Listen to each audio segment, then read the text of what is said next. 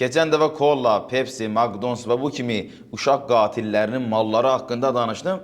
Bəzilərinə bəzi məsələlər qanağınlıq qaldı ki, bu postda xırdalığına qədər izah edirəm. Baxın, bu qondarma rejim ki var, onların mallarını almaq, satmaq, reklam etmək haramdır. Çünki gəlirləri, büdcələri bununla təmin olunur. Əgər gəliri olmasa, pulu olmasa, qazancı olmasa, uşaqları qətl edə bilməz, müsəlmanlara hökm oxuya bilməz, zalımlıq eləyə bilməz, meydan oxuya bilməz.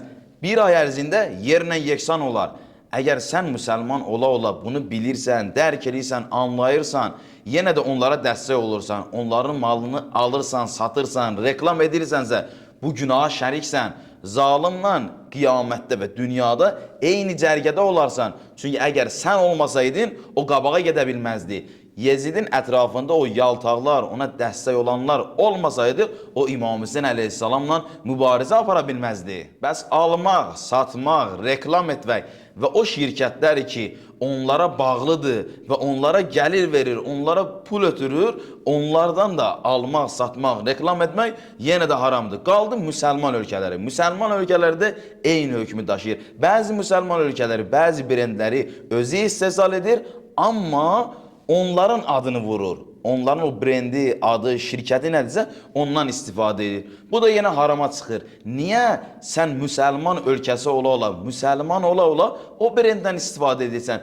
onu reklam edirsən? Səbəb nədir? Hədəfin nədir? Niyə o eşqi, məhəbbəti cəmaatın qəlbinə salırsan? O reklam da səbəb olur ki, sən onun malını tanıtdırasan dünyada. O başqa bir ölkəyə də getsə, deyirəm, müsəlman ölkəsində almışdım, heç onların malı deyil. Yenə də səbəb olur ki, o uşaq qatillərinə, qondarma rejimə xeyr ötürsün, pul ötürsün. Əgər sən müsəlman ölkəsi ola, müsəlman bir şirkət ola, yenə bu brenddən istifadə edirsənsə, haram iş görürsən. Ya pul ödəyirsən uşaq qatillərinə, ya da o reklamı, o şirkəti, o brendi vurduğuna görə pul alırsan. Yenə də haram qazanırsan. Sənin attığın addım, qoyduğun bu şirkət ki var, brend ki var, məhsul ki var, fərq etmir. Yenə də harama səbəb olur. Yenə də günaha gücləndirir. Harama, fəsada səbəb olur. Səbəb olur ki, uşaq qatillərinin büdcəsi çoxalsın və uşaq qatillərinin büdcəsi çoxaldıqca səbəb olur ki, müsəlmanların evi yıxılsın və yenə də sənin bu günahda payın var. Ola bizim kola halal bir məhsuldur, amma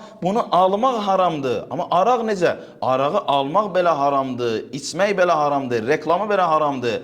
Amma kola nədir? Özü halaldır. Amma almaq, satmaq, onu reklam etmək haramdır. Qumarı reklam etmək haramdır. Üzr istəyirəm, kazinonu, diskonu reklam etmək, orada iştirak etmək haramdır.